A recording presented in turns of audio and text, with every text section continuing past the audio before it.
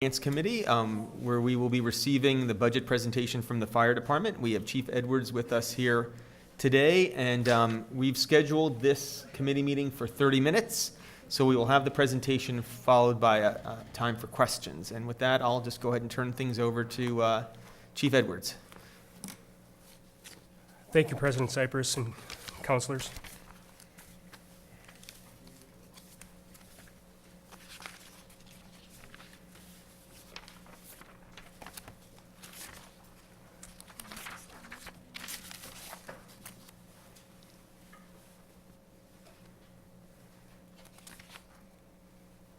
We always start with our mission, but I think we can boil our mission down to we serve people. So I'm not going to read the slide to you, but we have 143 people that are members of the fire department and life safety, and they're all excellent people that do an enormous amount of good work for the city of Duluth. The next slide shows our organization chart, and I know both I and other members of the department have tried to do a good job in educating both the public and the elected officials on the structure, the unique structure of the fire department. So as you can see, the chief and the deputy chief are the administration of the fire department, and then we divide it up into the operations division, which is headed by each of the three shifts is headed by a shift commander or an assistant chief. And then we have 8 fire stations when each fire company has a fire captain, a fire equipment operator, and then generally 1 or 2 firefighters. We have the training office in operations. Currently that's 2 people, and as you can imagine with 143 people, those 2 people have to hustle to get everybody trained, especially as we continue as a state to add more mandatory certifications and training and time. So they do a really good job, and we are constantly looking for efficiencies to help them do their job, and I think we're making gains there. Technical services coordinator, that, as you know, is a state-funded position, and that is the person that leads our hazmat team. There's a little, we'll talk about the budget numbers later, but because the state runs on a different 6-month different cycle than the city of Duluth, I'll explain the budget numbers, but that's a very important position for our technical services, which, like I said, include the hazmat team, and it's state funded, and we'll go over the budget numbers later. In the life safety division, we have the fire marshal and the 2 deputy fire marshals and clerical support. And the fire marshals do not only fire inspections and fire investigations, but they do plan review and also, obviously spend a lot of time with looking at the overall safety for buildings within the city.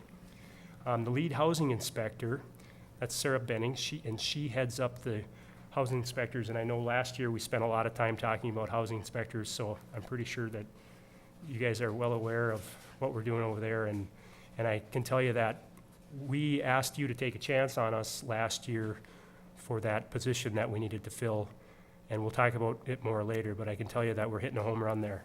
It's working out very well for the safety of the city. And then in administration, we have the person who actually runs the fire department, who's sitting to my left, Ellen, and half-time information specialist that we share with building services or construction services, and she is proven herself to be an incredibly hard worker, smart and talented, and very effective in helping us do what we need to do.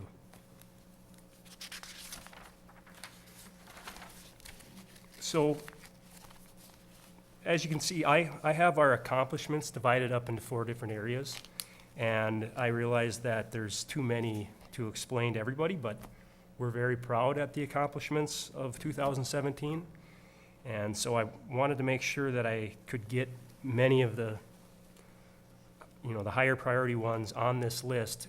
And counselors, I hope you can digest all this information, and then if you have questions about the things that I can't cover, I'd be more than happy to expand on what we're talking about in this list. But in this first slide, I want to talk about the first three, and that's, first of all, placing 3 new fire apparatus in service. So as you know, because you've probably seen some media, and we've talked about the aging fleet of our fire department, and working with city administration, the budget office, fleet services, we've actually had a pretty aggressive plan over the last couple of years to replace fire apparatus. If you remember last year, we ended up in a situation without having any reserve pumper apparatus, and we had to go out and borrow 2. One of them we are still using. So we have proven to be able to be resourceful, but also to be responsible. We need to continue on an aggressive path of replacing our apparatus.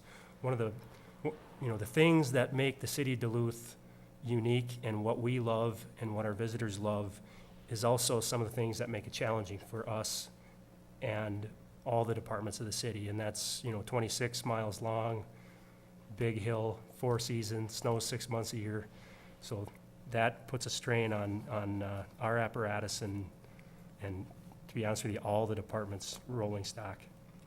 The second thing was we are on schedule for completion of the training and implementation of the new emergency escape systems. And we talked about that last year through capital budget process, and what we needed to do to make our firefighters as safe as possible. And what had happened was, several years ago, we had bailout systems integrated into our SCBA's, and they proved over a period of time not to be adequate for what we needed them to do. So we were able to secure $60,000 in capital money and $7,000 more through a grant to equip all of our firefighters with these new bailout kits. So I've equated it to a bailout kit to a firefighter is like a bulletproof vest to a police officer. You never want them to use it, but if they have to, you want them to have it. And then the third that I'd like to highlight is the implementation of the first phase of the Everbridge notification system. And that is the internal side of Everbridge. So we have replaced 2 systems, which are Code Red and AmeriAlert, with Everbridge. And so we're using Everbridge now. Most departments are, I believe, for callback situations, overtime, other employment announcements within our own employees. We do have the ability to push out emergency messages to a geographic area, however large we want that within the city. So we can put out an emergency message to all of the phones in the city, cell phones, within an area. So that is also ready to go. The last phase that we're still working on is basically the portion where people sign up to get notifications and information from different departments in different areas. So, and the only reason that's taken a little longer is because you have the entire county and several cities working together to try to work on this collaboratively and to make the best final product. It's just taken some time. So that's one of the many things that we've spent a lot of time on.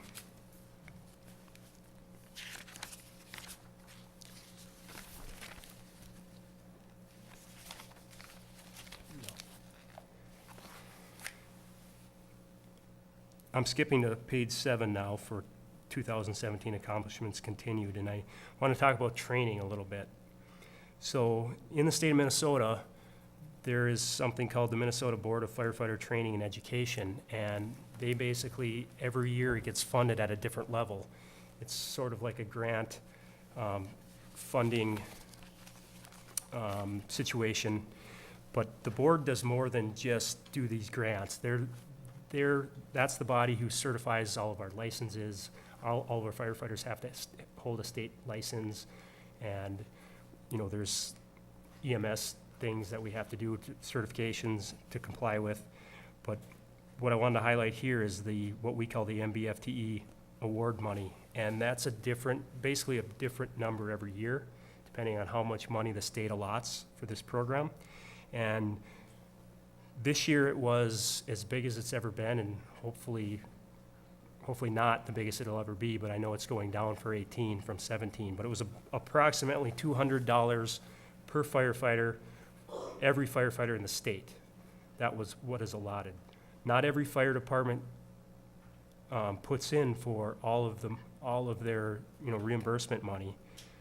So ones that are progressive and aggressive in training like us, we put in for more, and then when the second round of money comes out, we get to use some of that money that wasn't taken advantage of by some of the other fire departments. So in here you'll see that we were awarded $27,000 based on our firefighter numbers, but we also then went back and got $44,000 more dollars of training money.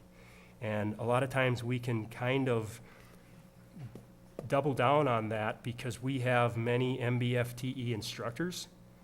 So when we are instructing our own classes with our own MBFTE instructors, it kind of means double the money because, or not quite double, but we get the instructor wages paid for also. So it's a very effective program, especially if you utilize it to its full extent.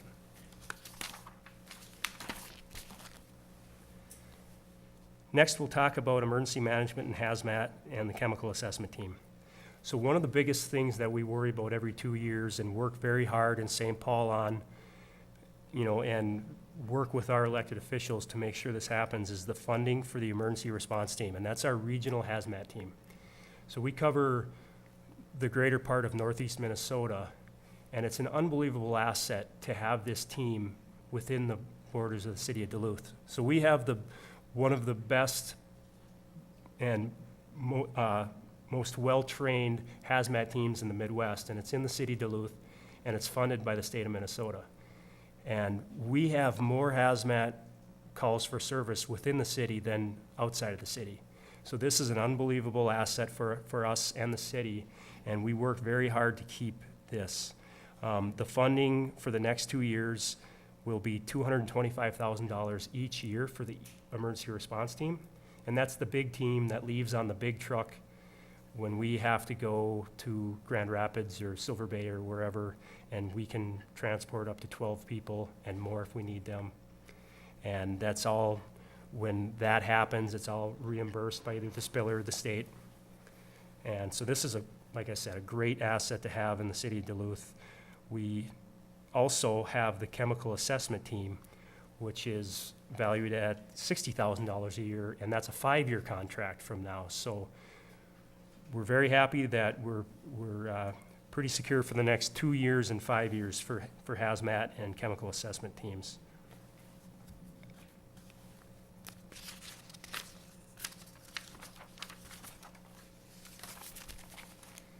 Next up will be life safety and fire prevention. So like I said, I was going to talk about the housing inspectors later. We worked with the city administration to talk about how we could deal with the problem of unlicensed rentals. It causes a problem in many different directions. First and foremost, it's safety to the tenants. So whether it's a UMD student, alone for their first time, or someone that's been a citizen in the city of Duluth for years and years and years, and they're living in a place that isn't being inspected, that can create an unsafe situation. So once again, that's the most important aspect. But the other aspect is leveling the playing field, because if you own a rental building, house, or apartment building, you have a business. And we want our businesses to be playing on with the same rules. And so that's one of the reasons why when we started talking about making some changes and some efficiencies, that the Landlord Association completely supported that. So as you can see in my presentation here, that we've investigated in the first half of this year 173 properties that we deem to possibly be illegal rentals. And because it's a process to get them on track, we know we have at least 30 of those on track already that already have licenses. Many more are in the process. But in the big picture, we have 155 new rental licenses in addition to what we had before that have come on board this year. So I can't account all of those to these investigations because some of them would have happened naturally, but a large portion of that number is because of the efforts we've gone and in collaboration with other stakeholders like water and gas to go out and find these unlicensed rentals and get them on the right track, and so that their tenants can be safe and we can, like I said, level the playing field for the businesses. The consolidation of multi-tenant, single-tenant license type. So this was a change several years ago that created two different types of licenses, but we were relying on people to tell the truth on who was living in that house. And it created kind of an enforcement issue because I don't have time for my inspectors to be sorting out if the people that are living in that house are related or not. So if we find a rental house and this is my sister and that's my cousin and that's my second cousin, they may be telling the truth, they may not. But either way, it created a complicated system. So we decided through many talks with many shareholders to go back to a one license type system. And I think it's going to make it easier for everybody. The change to a graduated fee structure for vacant building registration. So the VBR program is now for both commercial and for rental buildings. And the idea of the VBR is if the owner of a building needs to have their building sit idle for a short while, a year, maybe two, then they can register to have it on this list and pay us a fee and be inspected. The problem is in Duluth with our climate, if this happens and there isn't the proper repair going on, these businesses get to the point that they're unrepairable, or these buildings, I mean. So this is a way to incentivize the program to have the building owner either do what they need to do to put the building back into service or sell it to someone who will do that. And that's the piece of the housing issue that we have with a lack of affordable housing. That's the piece that we can help play in solving that problem is getting people to use the buildings for their intended purpose.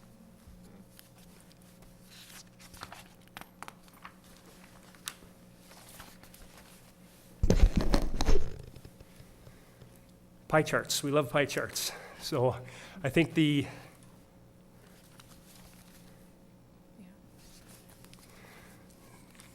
message here is the fire budget, proposed fire budget, $16 million, $445,000 is, it made it onto my presentation, but for some reason not this one, but it's 19% of the budget for the city of Duluth.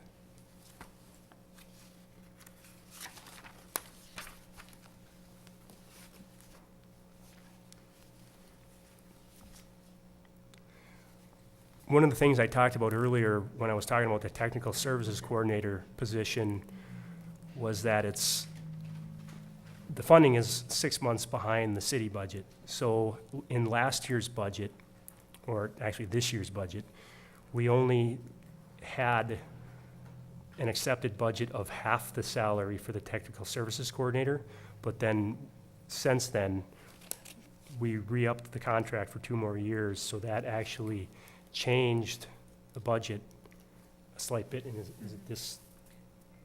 The difference between the plus San's position. So between the technical services coordinator and the housing inspector that we added last year, that is the major difference between the proposed 2018 budget in the top right corner and the 2017 accepted budget.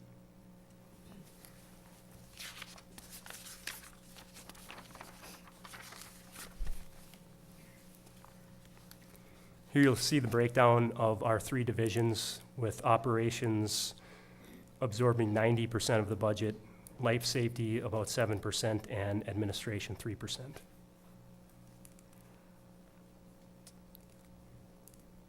So within the fire administration portion of the budget, wages, benefits, about 68% of our budget, or 88% of our budget, and then 12% for paper clips and paper and things like that.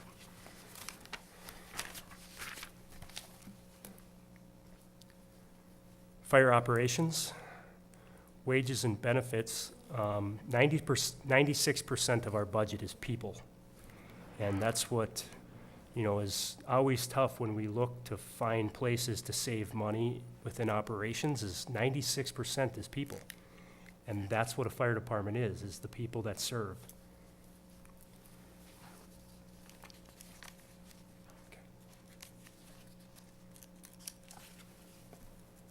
Once again, you can see very similar story within life safety, with 95% of our budget being the people who do our work.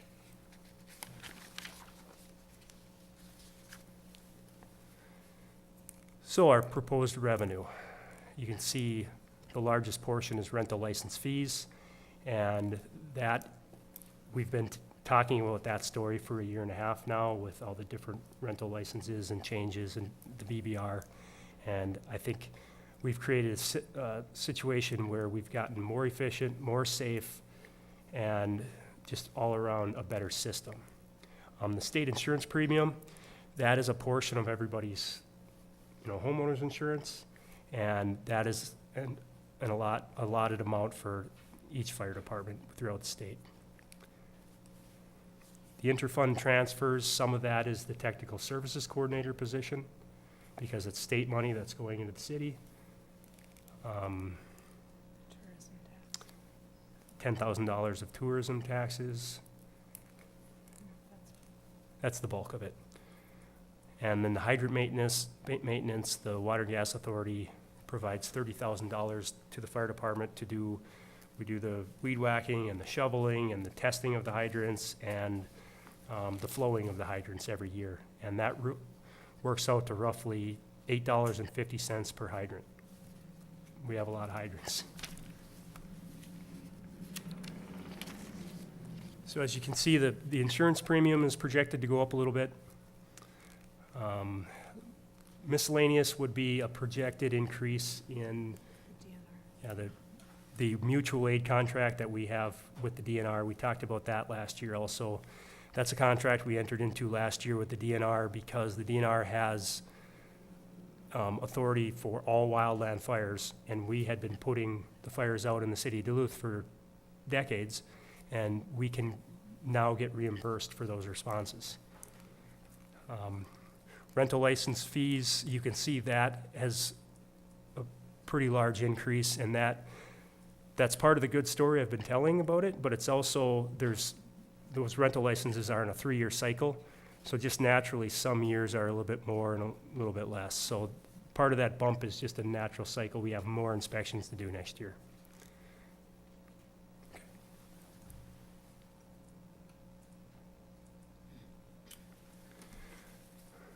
Wages and benefits, I think that we got that from the budget office. I think we're ballparking there, just estimating what it may be.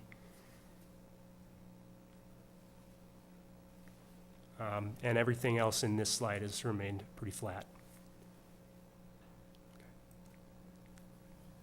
Challenges. So once again, I won't go through the whole list. If you'd like to ask me more questions later, feel free. But one of our greatest challenges for next year will be the anticipated deployment of up to 12 firefighters in the 148th. And obviously, as you all know, and everyone else can imagine, the city administration and I and others have been talking about this for a long time, trying to plan for it. And I think I'm comfortable with the plan going forward. And it's, as we get more details, we'll be able to act on those plans. The lack of command staff, if you would refer back to the study from 2012, it recommended that the city of Duluth added a second deputy fire chief. And what Sean and I have found is that as much as we love to improve some of the things we do and collaborate and do more emergency management planning, the more we do, the more we get asked to do. And that's a good problem to have, but we're getting to the point where it's unrealistic for 2 people to manage 141 people and still continue to add to the plate. So we are happy to continue to improve and add to what we do, but we're gonna have to look in the near future at, adding to the command staff. And then updating the staffing model. I mean, I think right now, since we're in the middle of the budget cycle for 2018, I think we all know what we're talking about there, where we're trying to get a handle on our overtime, and we're having, for some reason, more injuries within the fire service. And as you know, there's been a focus on cancer prevention. 65% of career firefighters get cancer. So this is something that we will always be talking about, and I will always be working with the city administration and Local 101 and others to try to figure out what we need to do it better. And then allocating the time needed to develop the new process for tent canopy permitting and inspection. We talked about that a little bit through council, and this is a good thing that for the safety of the city and to look at how we're going to regulate these large tents full of people and whether there's heat sources in them and whatnot, but we're trying to figure out how we're gonna fit that into the time and workflow that we already have. Edwards, we have about 5 minutes left. I want to make sure we leave room for questions too. That's great, because I was just gonna say I'm finished, and would you like to ask any questions? Thank you so much. We do. Councilor Flipovich. Thank you, Chair Hansen. Thank you, Chief Edwards. You're in full suit today. I like that. I have just a couple questions. One, I do just want to say thank you for the additional building inspector and talking about that in your budget presentation. I think that's very, very helpful. Something that I've been talking about for years. But my two questions. One, it's kind of a two-part question. So you talked about the 3 new rigs. How were those paid for? And then the old rigs that I'm assuming that they were replacing, what happened to those? Where are those? Did we get any money for that? And then I have another question regarding rigs as well. Thank you, Councilor Filipovich.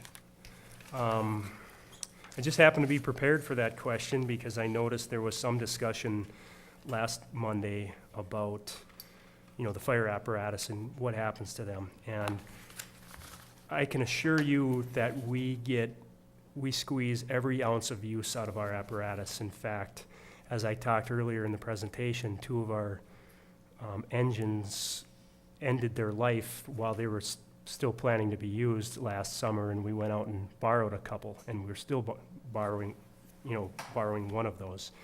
So what I did is I talked to the fleet manager, and I wanted kind of history of what we've done over, the relative, near history. So I have the history of the last 7 fire apparatus that we took out, actually 8 fire apparatus that we took out of service. So the last 3 apparatus that we took out of service were pumper for engine companies. And all 3 of them, one just 2 weeks ago, went right up until they could not move down the road anymore. We had some frame problems with them over the years. Fleet did a wonderful job to patch and fix and redo and weld, and it got to the point where they were unsafe to use. So those 3 engines, I think you can find them up at the do bid lot with nobody bidding on them. So I would count that as a value of 0 or scrap value. Before that, another fire pumper that was in 1989, that went to Lake Superior College, and that's where it could live out somewhat a useful life, but even when you're pumping and just driving around in the parking lot, they still have maintenance issues with that apparatus. A 2000 American LaFrance ladder truck that, when it came to the city of Duluth, it was meant for 4 quint.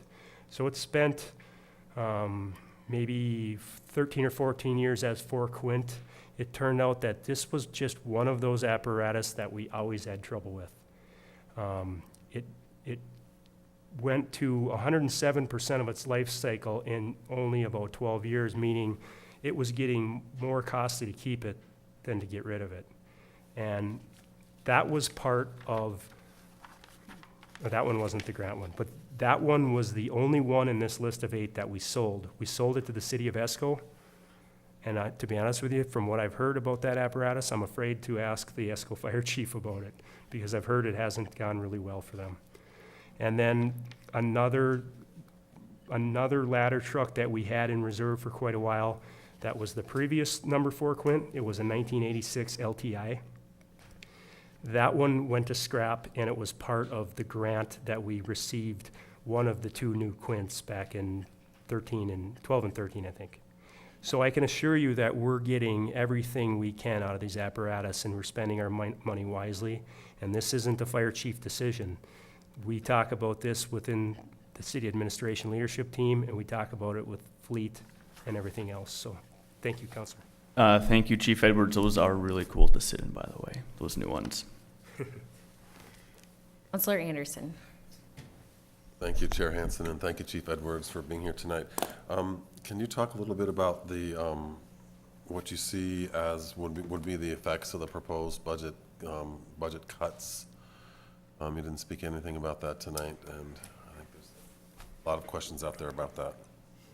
Well, I watched last week's council meeting, so I know there's still discussion, and I know we are still working on the budget, and the budget's the budget in December. So I'm willing to continue to have these conversations. The budget as it sits today, because of what I highlighted in my presentation, that in operations, 96% of my budget is the people. So if the budget continues to be the way it is today, that means a staffing reduction. I look forward to ongoing discussions over this next couple of months. Thank you. All right, one more question from Councilor Flipovich. Thank you, Chair Hansen. And just another question, a little bit more about vehicles that you use. How many medical calls do you guys get now, and do you use the big apparatus for those, or there? Because I know you guys have smaller vehicles as well that probably don't get as much wear and tear when you drive on our lovely Duluth roads. Well, we have a hybrid system, and 2 of our stations that have one company in it are running a Quint apparatus, and that's Station 4 at UMD and Station 8 at Spirit Valley. And so when those 2 stations answer Code 3 emergency medical calls, they generally do that in a smaller vehicle. At this time, each station has a Tahoe. And the breakdown is close to 50-50. We run more medicals. This is a question I get all the time, so I generally carry the stats with me. So 4 Quint ran 919 calls last year, and Squad 244, which is the same people on a different apparatus, the Tahoe, ran over 1,000 medical calls. And at Station 8, the breakdown was 801 calls with the ladder truck and 940 emergency medical calls with the Tahoe. Okay, because I'm just thinking if there's a way to save some money with these rigs and whatnot, maybe switch over and get some more of those smaller vehicles for these medical calls that we're getting. Because when you get called for an opioid overdose, for example, that's a medical call, correct? Correct. Okay. So we've looked at that, and we continue to discuss that. There is a point where, it sounds great to have everybody in a small vehicle all the time for these emergency medical calls, but there's times when, 7, 8, or 9 of our companies are out at one time. And if they were on medicals and everybody is out in a Tahoe and a fire call drops, that's not necessarily a good situation either. So there's some room to talk about that, and I can talk about it with my staff and talk about where we might find efficiencies that way. But we still need firefighters in fire trucks and fire engines. Thank you very much. Thank you, Councilor Filipovich. Thank you. No other councilor comments, but Mr. Montgomery has a comment. Thank you, Chair Hansen. I just wanted to clarify to Councilor Anderson's question about the budget reductions that we're working on with the fire department.